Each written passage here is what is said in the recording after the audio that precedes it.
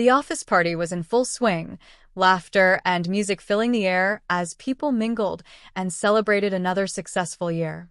I had always found these events a bit overwhelming. The crowded room, the clinking of glasses, the conversations mingling in a steady hum, but tonight was different. My husband's business partner, Robert, had been a steady presence at these events for years, a respected figure at 68 with a dignified air that seemed to capture everyone's attention. He was always polite, reserved, with a glimmer of humor in his eyes that hinted at stories untold. Tonight, though, there was something unusual in the way he looked at me from across the room. It wasn't overt. There was no pointed gaze or lingering stare, just a quiet attentiveness, a glance that held for a heartbeat longer than expected. I tried to shrug it off, chalking it up to the glow of celebration. Yet, as the evening wore on, I found myself drawn to him, the allure of his calm presence amidst the lively atmosphere tugging at me. As I moved to refresh my drink, I felt a warmth settle over me, an awareness that I wasn't alone. I turned, and there he was, standing beside me, his expression one of polite curiosity. "Enjoying the evening?" he asked, his voice a low murmur barely audible over the music. I nodded, feeling an unexpected flutter of nerves. "Yes, it's lively, isn't it?" He chuckled, his eyes crinkling at the corners. "I think lively is an understatement. I'll admit, these gatherings have a way of drawing people in, but sometimes I prefer a quieter setting." His gaze lingered just a moment, thoughtful. It felt like an invitation, a quiet invitation wrapped in the guise of casual conversation. I glanced at my glass, swirling the liquid within it. "Sometimes a quieter setting is just what you need." He gave a slight nod, understanding settling between us, without the need for further words. For a moment, the rest of the party faded into the background, the laughter and music dimming as I met his gaze.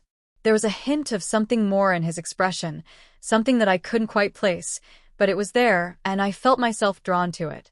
"Shall we find a quieter corner?" he asked, his voice soft yet resonant, the invitation clear. We moved through the room, weaving between guests until we reached a small alcove near the windows. It was quieter here, away from the press of bodies and the noise, with only the soft hum of the evening lingering around us. I felt the weight of his presence beside me, the warmth of his gaze as he regarded me with a kind of quiet intensity. "Thank you for joining me," he murmured, his voice gentle yet firm. There was a sincerity to his tone that caught me off guard, an appreciation that felt oddly personal.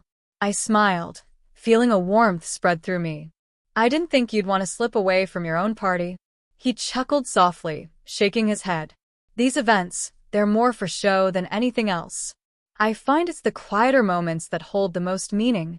His words hung in the air, and I felt a subtle tension building between us, an unspoken understanding that neither of us dared to voice. It was strange, this connection that had blossomed so suddenly, yet felt as though it had been waiting in the wings all along, lingering beneath the surface. As the minutes slipped by, our conversation grew more personal, each shared story and laugh drawing us closer, binding us in an intimacy that defied the formalities of the evening. There was a depth to him, a wisdom that intrigued me, and I found myself hanging on his every word, each glance, each small gesture. At one point, our hands brushed, a simple, accidental touch, yet it sent a shiver down my spine, leaving a warmth in its wake that lingered long after. I glanced up, and I saw something in his eyes, a softness, a hesitation that mirrored my own. The lines between us were beginning to blur, and for the first time, I felt the weight of that realization settling over me. "I should probably get back," I murmured, though the words felt hollow, an attempt to break the spell that had woven itself around us. He hesitated, his gaze steady, a glimmer of something unspoken in his expression. "Of course. I wouldn't want to keep you." But he didn't move, didn't turn away, and in that brief pause, the world seemed to fall away, leaving only the two of us standing in the quiet of the alcove, the air thick with an unspoken tension that neither of us could deny. I glanced down, gathering my thoughts, feeling the press of emotions that I hadn't expected to feel. This was a man who had been a part of our lives for years, someone I had known as my husband's friend and business partner. And yet, in this moment, he felt like something more, something that I couldn't fully grasp, but I knew it was there, pulsing beneath the surface, waiting to be acknowledged.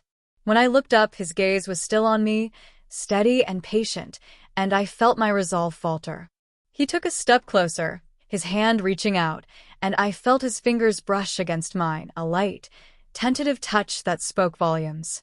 There was a vulnerability in his expression, a hint of uncertainty, as if he, too, was caught off guard by the intensity of the connection between us. "Are you sure you want to go back?" he asked, his voice barely more than a whisper. The question hung in the air, a quiet challenge that stirred something deep within me, something I couldn't ignore. I glanced away, feeling the weight of his gaze, the warmth of his hand still resting against mine. It was a simple touch, yet it felt like a lifeline, grounding me in a moment that felt too real, too raw. "I don't know," I replied, my voice soft, barely audible. There was a tremor in my words, a vulnerability that mirrored the emotions churning within me. This was a man who had always been a constant presence, someone I had trusted, respected.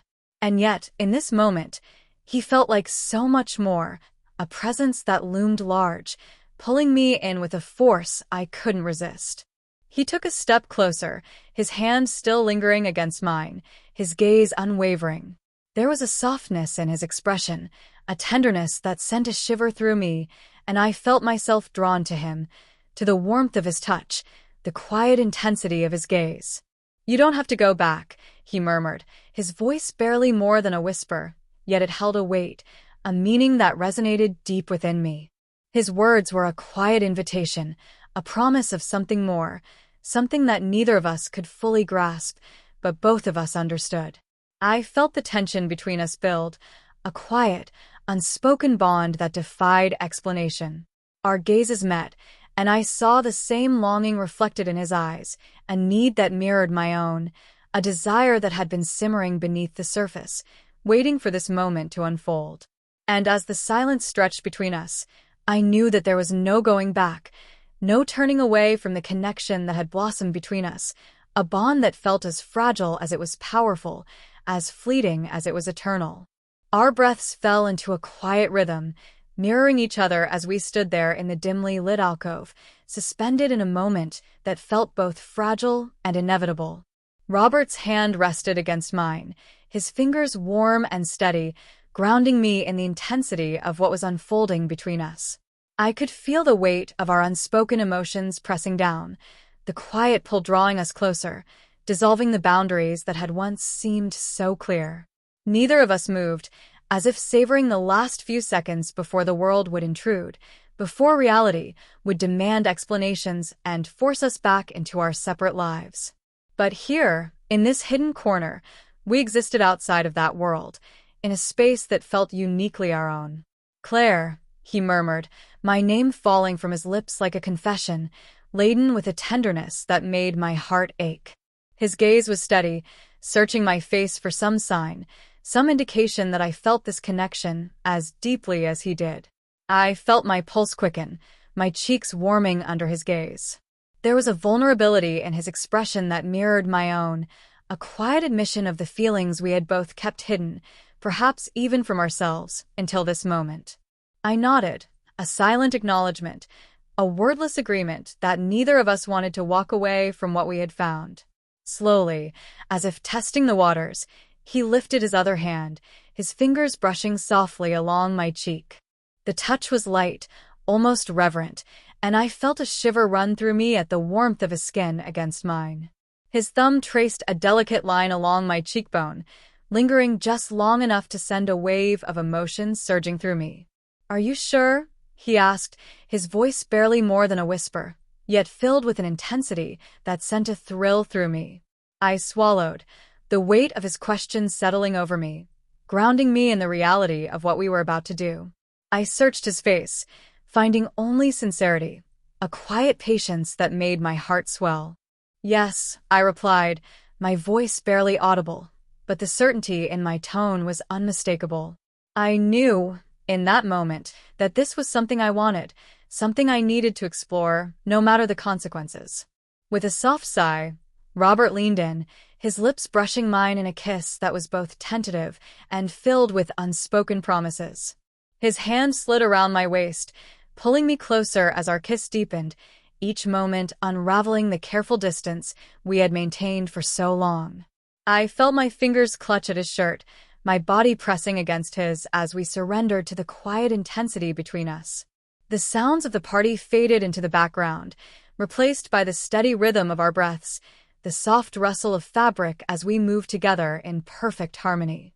Each kiss, each gentle touch, was a revelation, a quiet confession of the feelings we had kept hidden, and I felt my heart swell with a mixture of joy and longing.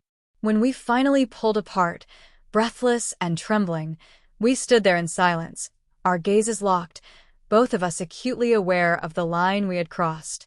Robert's hand lingered on my waist, his fingers tracing slow, soothing circles against my skin, and I felt a warmth spread through me, a quiet contentment that I hadn't known in years. "Claire," he whispered, his voice thick with emotion. I didn't expect this." "Neither did I replied, my voice equally soft, filled with a vulnerability that mirrored his own. There was a part of me that wanted to question this, to understand how we had come to this moment, but I knew that no explanation would ever fully capture the depth of what we had shared. Instead, I simply held his gaze, letting the silence between us speak the words we couldn't say. In that moment, there was no need for explanations, no need for words. We had found something rare, something precious, and I knew that, no matter what happened, this moment would forever remain etched in my memory. As we reluctantly pulled away, a lingering sadness settled over me, a reminder that this night couldn't last forever. But Robert's hand remained in mine, his grip steady, as if silently promising that this was not the end. "Shall we go somewhere quieter?" he asked, his voice gentle, his eyes filled with a quiet determination. I nodded, my heart pounding as we slipped away from the party, weaving through the crowd, unnoticed amidst the celebration. We found our way to a small, private office down the hall, the door closing softly behind us, sealing us in a cocoon of intimacy. The room was dimly lit, the glow of a single lamp casting soft shadows across the walls, and I felt a shiver run through me as Robert took my hand, his fingers warm and reassuring. He led me to the small couch against the wall, and we sat side by side, the silence between us heavy with anticipation. He looked at me, his gaze steady, his expression a mixture of tenderness and longing. "Claire, if this is too much, if you want to stop." I placed a finger to his lips, silencing him, a soft smile on my lips.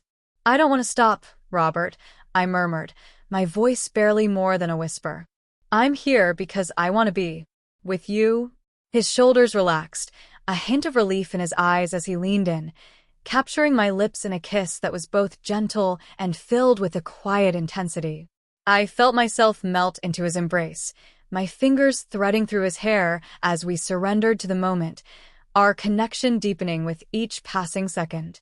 As our kisses grew more fervent, I felt a surge of emotions welling up within me: joy, fear, a quiet sense of wonder that I hadn't felt in years. There was a part of me that wanted to question this, to understand the depth of what we were sharing, but another part, a deeper part, urged me to simply let go, to be in the moment, to trust in the connection we had found. The hours slipped by in a blur of whispered confessions, shared laughter, and lingering touches that spoke of promises yet unfulfilled. We were two souls who had found each other in the most unexpected of places, drawn together by a connection that defied explanation, a love that had blossomed amidst the chaos of life. And as the first light of dawn began to filter through the window, casting a soft glow over the room, I felt a sense of peace settle over me, a quiet assurance that, no matter what the future held, we had found something real, something that would forever remain a part of us. When the morning came, we finally stirred, our movements slow and reluctant, both of us reluctant to break the spell that had settled over us. Robert looked at me, his eyes filled with a mixture of joy and sadness, and I felt my heart ache at the thought of parting ways. "Thank you, Claire," he whispered, his voice filled with emotion. "For everything." I reached for his hand, giving it a gentle squeeze. "I should be thanking you, Robert. You've changed something in me."